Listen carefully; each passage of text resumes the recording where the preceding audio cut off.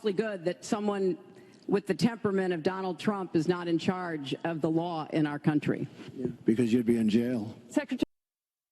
You know, I'll tell you, there is something that I wanted to say, because I was very honored, very, very honored, when I heard that President Bill Clinton and Secretary Hillary Clinton was coming today, and I think it's appropriate to say, and I'd like you to stand up.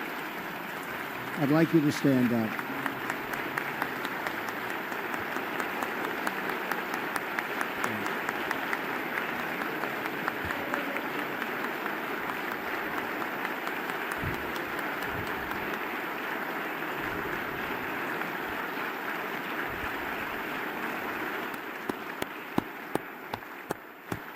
And honestly, there's nothing more I can say, because I have a lot of respect for those two people. So thank you all for being here. How do you get it out quickly to millions? Well, when we have the vaccine, we have the military all lined up, and the military is going to be doing it in a very powerful manner. These are people that don't usually do vaccines. They do soldiers, and they do lots of other things that, frankly, are more difficult. But we have our general, and logistically, he's all set. Tony, do you want to say something about that? Vaccine, we have the military all lined up, and the military is going to be doing it in a very powerful manner. These are people that don't usually do vaccines. They do soldiers, and they do lots of other things that, frankly, are more difficult. But we have our general, and logistically, he's all set. Yeah, I think we're going to have a vaccine by the end of the year. We're doing very well with the vaccine. And I will tell you something. I just literally left a meeting. We're mobilizing our military and other forces, but we're mobilizing our military on the basis that we do have a vaccine. You know, it's a massive job to give this vaccine. Our military is now being mobilized. So at the end of the year, we're going to be able to give it to a lot of people very, very rapidly. The president met with lawmakers at the White House yesterday and told them he'd even support bypassing due process to take guns from the mentally ill. Paula Reed is at the White House with the surprising remarks from the president. Paula, good morning. We have to act. We can't wait and play games and nothing gets done. President Trump stunned lawmakers on both sides of the aisle Wednesday with his overarching demands for gun control. I'd take the firearms first and then go to court. After Vice President Mike Pence suggested court procedures for removing guns from dangerous people, Trump caught him and many in the room off guard by seeming to dismiss due process. I like taking the guns early, so you could do exactly what you're saying, but take the guns first, go through due process second. President Trump also reiterated his support for raising the age limit to purchase some weapons. It doesn't make sense that I have to wait till I'm 21 to get a handgun, but I can get this weapon at 18. I don't know. So I got a text last night from Adam Green, and this is what it was. So these awards are given to me by the Jewish community for different things, and this is the Tree of Life, which is a very big award in terms of everything that I stand for. It means so much to me. And a lot of times I'll have friends of mine come in, Jewish, and they will see the Tree of Life and they'll say, wow, what a great thing. Likewise, right over here, this is the Shalom Humanitarian Award, and that was presented to me also. And these are different awards I've had over the years for different things I've done. And this is the Tree of Life, which is a very big award. Notice as he says the Tree of Life, look at the symbol he makes with his hand. I find that interesting. The MAGA OK symbol. We're going to connect the dots for anybody who has ears to hear. Some people are going to want to dispute this, but we're not going to argue with anyone. This is what's going on. There is no Q, there is no anonymous that has any information about this government or anything else that's going on. They have been leading you down a path of lies, all to hide the truth. And here's what's really going on. FEMA has more power than the President of the United States or the Congress. It has the power to suspend laws, move entire populations, arrest and detain citizens without a warrant, and hold them without trial. It can seize property, food supplies, transportation systems, and can suspend the Constitution. When a state of emergency is declared, Executive Order 11921 allows the Federal Emergency Preparedness Agency to develop plans to establish control over the mechanisms of production and distribution of energy sources, wages, salaries, credit, and the flow of money in the U.S. financial institution in any undefined national emergency. It also provides that when a state of emergency is declared by the President, Congress cannot review this action for 6 months. Now, with the understanding that after Trump signed the National Emergency Declaration, FEMA took over. Now, this is March 13th, 2020. Listen to what he's going to say now. This is right after he signed the National Emergency into effect. It is only the beginning of what we're really doing, and now we're in a different phase. This is only the beginning of what we're really doing, because what they're really doing is putting everything in place to start the New World Order. Now we're in a different phase.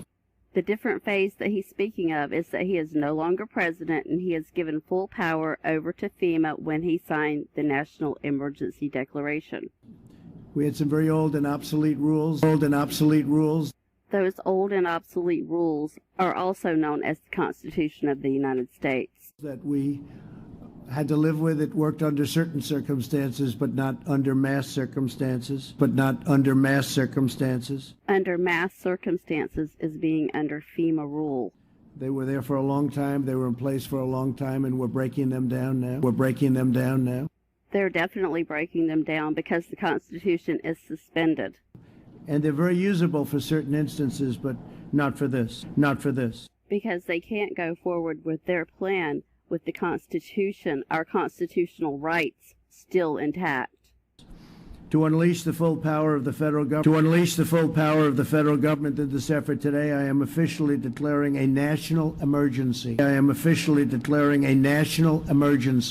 So he is officially telling us in a coded message that we are now under the rule of FEMA, no longer having a president. Fast forward to March 19th, 2020, in the FEMA National Response Coordination Center. Well, Mr. President, Vice President, thank you for being here. Really appreciate your visit to FEMA. I think your visit really, as you indicated last week, by signing the national emergency, has really empowered FEMA. And he just made the declaration that FEMA is empowered, has really empowered FEMA. Fast forward to April 10th, 2020, in plain words, it's been my great honor to have been their president. Past tense. The American people have been so disciplined. It's been my honor to be their president. I've said it before. I'll say it again. I'll say it always. It's been my great honor to have been their president, and it's been my great honor to have been their president.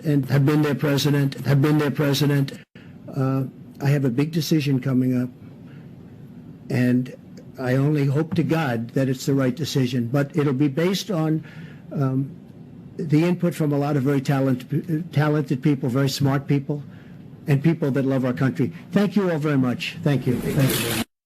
He actually will not be making any more decisions. This group of people that he says will be helping him make decisions are the ones that are making decisions now, because it is FEMA that is making the decisions. And as you can hear in this live briefing, Trump obviously does not know what's going on, because he said, you should have let us know, when Mike Pompeo said, we're in a live exercise. Pompeo says this is a live exercise. And what you'll hear in the background is Donald Trump say, you should have let us know. This is not about retribution. This matters going forward. We're in a live exercise here to get this right. We need to make sure that we're in a live exercise here to get this right. We're in a live exercise here to get this right. We're in a live exercise here to get this right. Does he sound like a man that's in control of anything anymore?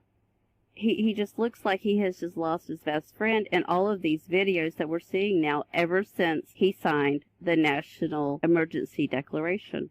I'm sure most of us thought that FEMA was created to help people in disasters. But here's the truth about FEMA. FEMA was created in a series of executive orders. A presidential executive order, whether constitutional or not, becomes law simply by its publication in the Federal Registry. Congress is bypassed. Executive Order 12148 created the Federal Emergency Management Agency that is to interface with the Department of Defense for civil defense planning and funding. An emergency czar was appointed.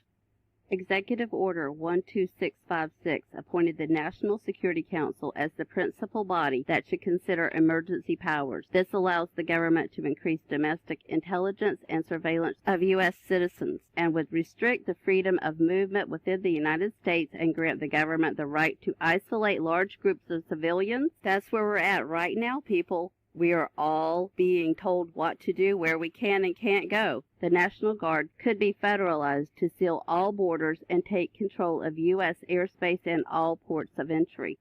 Executive Order 10990 allows the government to take over all modes of transportation and control of highways and seaports. Executive Order 10995 allows the government to seize and control the communications media. Executive Order 10997 allows the government to take over all electrical power, gas, petroleum, fuels, and minerals. Executive Order 10998 allows the government to take over all food resources and farms. Executive Order 11000 allows the government to mobilize civilians into work brigades under government supervision. Executive Order 11001 allows the government to take over all health, education, and welfare functions.